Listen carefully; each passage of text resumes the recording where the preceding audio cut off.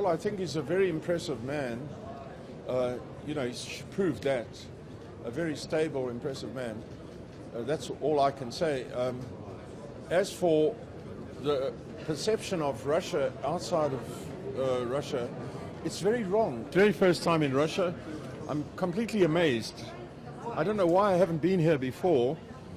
I think the image that people give to us in the West of Russia is completely wrong. Russia is wonderful. It's absolutely amazing. And it's quite clear to me that Moscow is the premier city, capital city in the world. Far greater than any other city, and I know them all. Russia has been the leader for a long time. And my son took over the work that I suppose you were doing because to a large extent even America seemed to have got tired of it, and so he took it on his shoulders to start his own space exploration company. I was one of the first 9 employees, and today it's the premier launch facility in the world. So yes, but it all started with the Russian attempts, long ago, which were quite amazing. I grew up with Sputnik, and it's just wonderful to remember all those things. Russia has been a big player, is still a big player. Well, I think he's a very impressive man. He's proved that. A very stable, impressive man. That's all I can say. As for the perception of Russia outside of Russia, it's very wrong. I was coming here with my daughter, Alexandra. She was on her way here from Dubai a couple of days ago, and my sons actually told her she must not go to Russia. So the perception in America by the media, I would call it the fake media, or whatever it is that Russia is a very bad place, and it's full of very bad people, and they are all going to kill you if you come here, which is complete nonsense. The next question will come from Errol Musk, politician and businessman, and it just happened so that this is not just a coincidence that his last name is the same. He is the father of Mr. Musk that we know so much about and heard so much about. Please.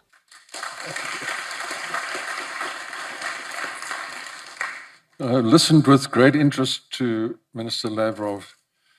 So well explained. What I see today is the world is in a terrible state of flux. The countries around the world do not trust their governments in almost every case, and they have a lot of good reason for not trusting their governments. And last year, I had the opportunity in 2024 of traveling through the United States. And I can tell you that at that time, under the Biden administration, the country was in a state of, the people were in a state of shock, not knowing what lies ahead for them as this administration under this man, this, in my opinion, not a very good man, was doing to the country. And I have a lot of my family there, and they were asking, where are we going to go? We can't go anywhere else now. We came to America because this was going to be the place we could get away from all the terrible things that are happening around the world. And now it's coming to the United States.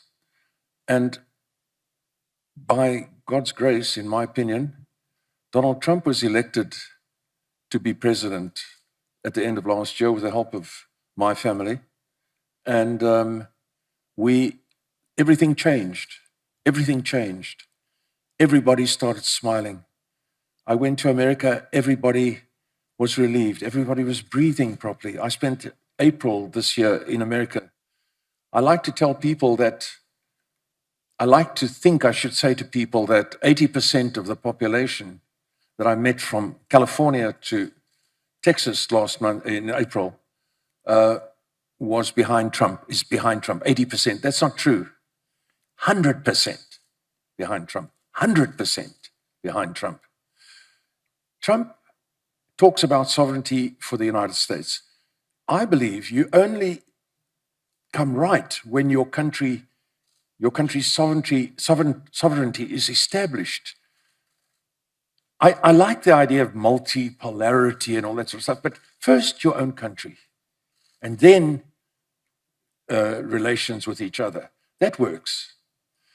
Coming to Russia for the first time myself, I need to tell you, and I think many people here don't know this, but when you grow up in the West, you are taught from a very early age that Russia is a terrible place where you have to duck around dark shadows for fear of people killing you or stabbing you.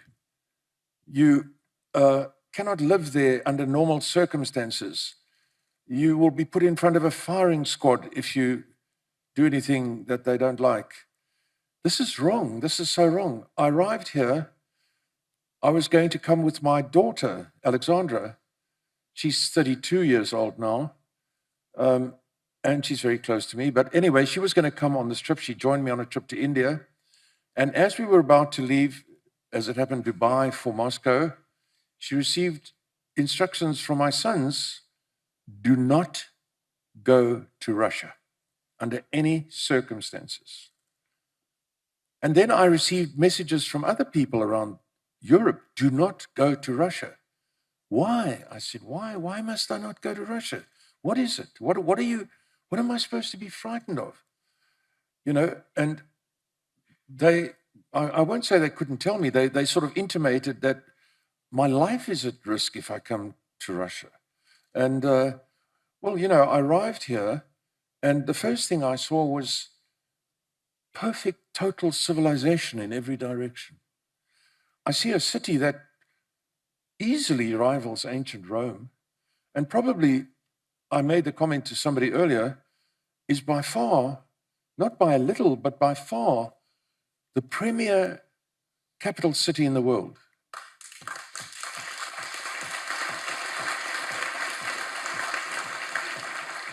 And I don't say that lightly. I mean, you know, I'm a critic. I'm a critical person. Yeah, so I would like to say to Minister Lavrov that I've always enjoyed watching him on the television. He always has something quite witty to say. And so I've always enjoyed watching him on television. He always seems to come out the winner. And so what I'd like to sort of suggest to him is, how can we change the perception of the West about Russia? Because I think this is probably, if not the finest, one of the finest communities in the world that I've seen.